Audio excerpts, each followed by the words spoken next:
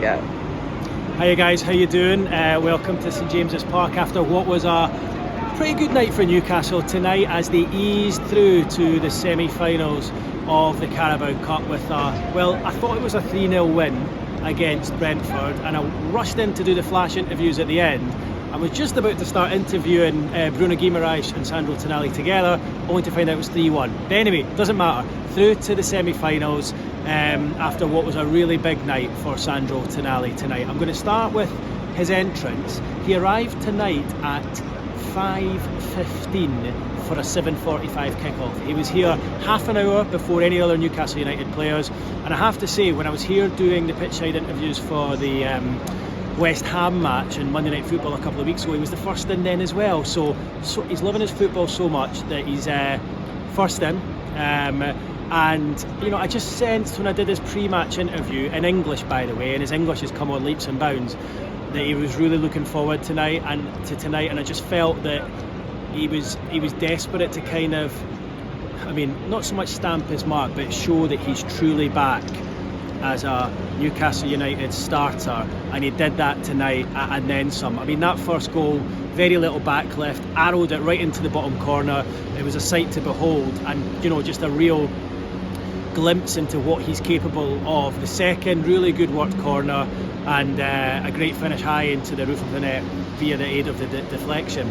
I also wanted to say I interviewed the two of them, Bruno and Tonali, together after the match. And normally in these flash interviews you normally speak for a couple of minutes, but the two of them just were eulogising about each other and saying so many things about each other. I mean, I think Bruno must have said about Sandro, he's just an unbelievable guy, about 5 times. You could tell Bruno really loves him. You could tell there's such a strong relationship both on and off the pitch between the two, that you know, you can see the two of them getting better game on game, and you can see there's a real respect from them off the pitch as well. I was actually asking Sandro about playing in the 6 or playing in the 8, and Bruno actually stopped Sandro halfway through his answer and said, no, look, what I want to say is the manager is keen for us both to be able to play the 6 and both to be able to play the 8 and interchange throughout the game. And I think you're beginning to see the early stages of a really strong partnership. Obviously Newcastle need to hold on to both players. That's not going to be easy over the next transfer window or two, but finally we can see the two of them playing together, and I think it augurs well for Newcastle going forward for the remainder of the season. And if they play like they did tonight and against Leicester on Saturday, I still think this can be a good season for Newcastle, and I think they can be up there knocking on the door for a European spot.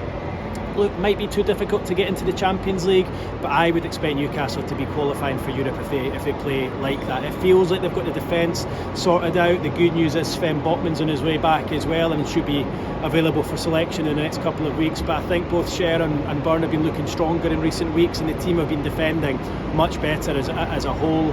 And look, I think Martin Dubravka's done well. I know he conceded that goal late on, but he made a couple of good stops tonight, commanding, and he certainly looked a lot better tonight and on Saturday, I feel, than at times towards the end of last season when he just wasn't his old self, and I felt like he wasn't quite the commanding presence we've seen previously. But I thought, you know, that would have done him the world of good getting the clean sheet on Saturday and just about getting the clean sheet tonight.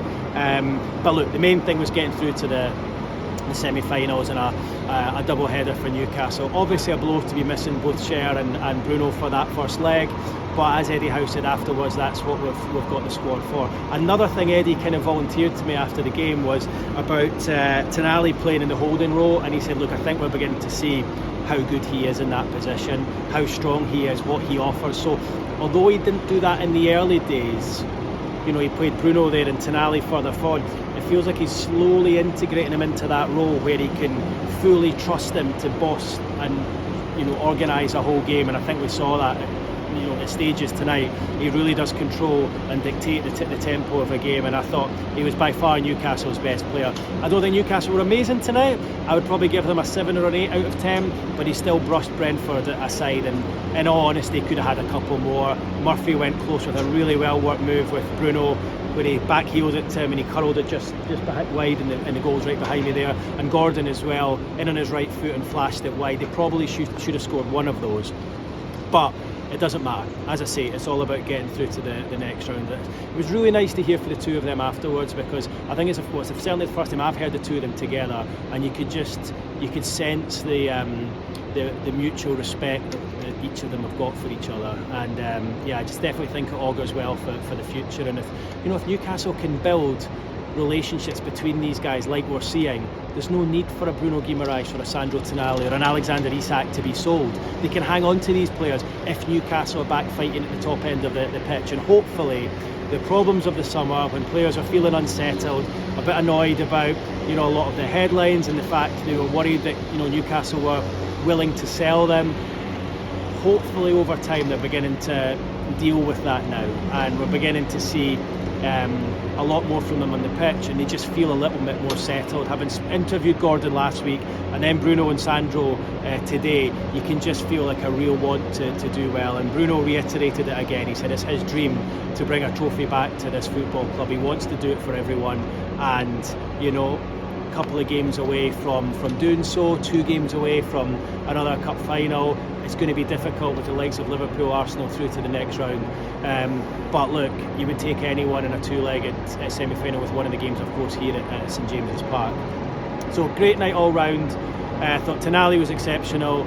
Bruno very good in that sort of number 8 position, interlinking alongside Tonali in there. I thought Murphy did well on the right hand side again, and I thought the back 4 looked solid. Lewis Hall for me is getting better and better game on game, and things are beginning to look up. So I wanted to post this video tonight. I was going to do one anyway, but Scott, one of the viewers, pulled me aside just as I was leaving to do the flash interviews and asked why I hadn't done one last week. I said I had the day off, I wasn't here. So Scott, this one's for you. Hopefully you watch it to the end. Leave me a comment below. If anyone else has any thoughts or comments on the game or anything I've said tonight, please leave those below, and I'll see you on the next one. Cheers guys.